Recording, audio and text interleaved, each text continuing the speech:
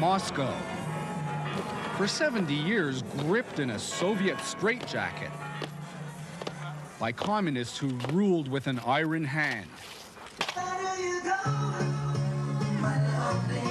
How times have changed. Welcome to the Hungry Duck, the world's most notorious watering hole. This is probably the most crazy, decadent bar I've ever been to anywhere in the world. There are no rules except one: go nuts. Russian people, by their nature, by our nature, we like to be crazy.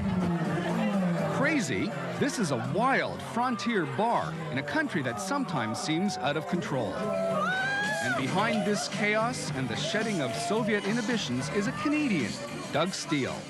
Well, they're dancing over every piece of furniture that exists, the middle of the bar top, the tables up here, the chairs. It doesn't make any difference. You know, we've broken 300 bar stools so far. Steele arrived in Moscow from Halifax. I came here on a drunk, frankly speaking, with 3 other guys back in '92.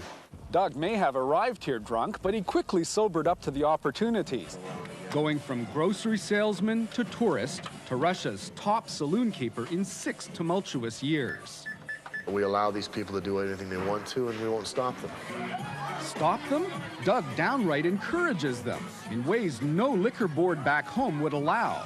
Example, free booze, oceans of it. Example, countdown nights, 5 drinks for the price of 1, some happy hour.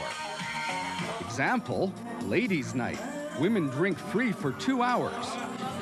Downstairs, the men are held at bay, salivating, desperate to get in.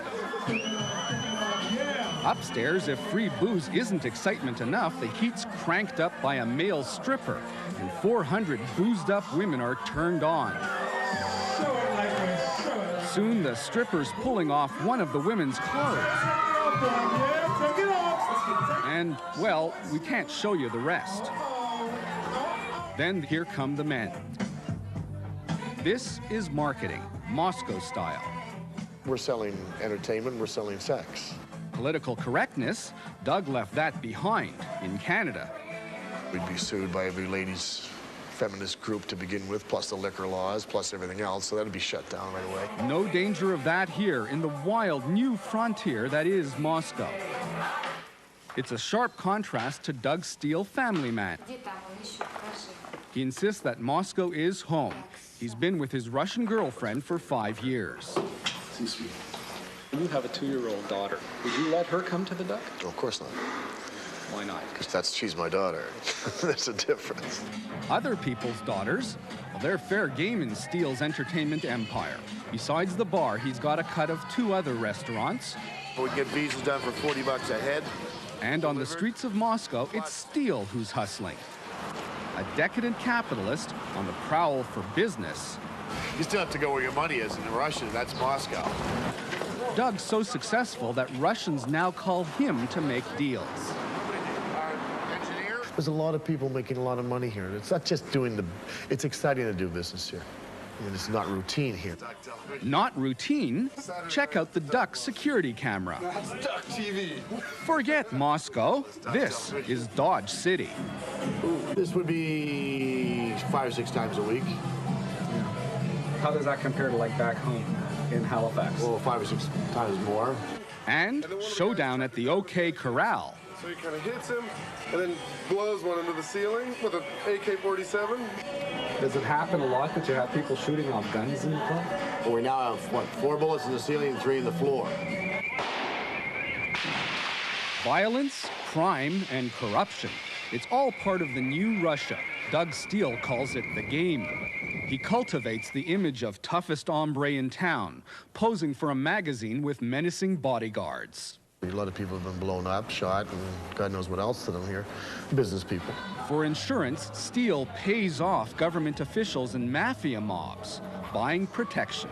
But Doug's a rarity, a Western businessman willing to admit it. Between all our places now, it's almost $200,000 U.S. $200,000 Almost, a year. Yeah. But that's, I pay more money in taxes in Canada to do that. Does everybody do this? Because a lot of businessmen who are here deny it. Oh, of course they do. They have to do it. And if he's bent his Canadian moral compass on payoffs, well, what can you expect at his bar, where drunken lovers are used up and then chucked out like the trash? Doug, some people might say that what you do here is you get Russian girls drunk on free liquor to make them easy prey for Western guys who are looking for easy sex.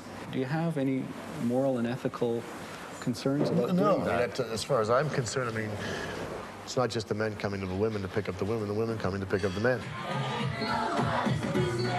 Now remember, a few years ago, all this would have been denounced as Western decadence, resulting in a one-way ticket to the Gulag.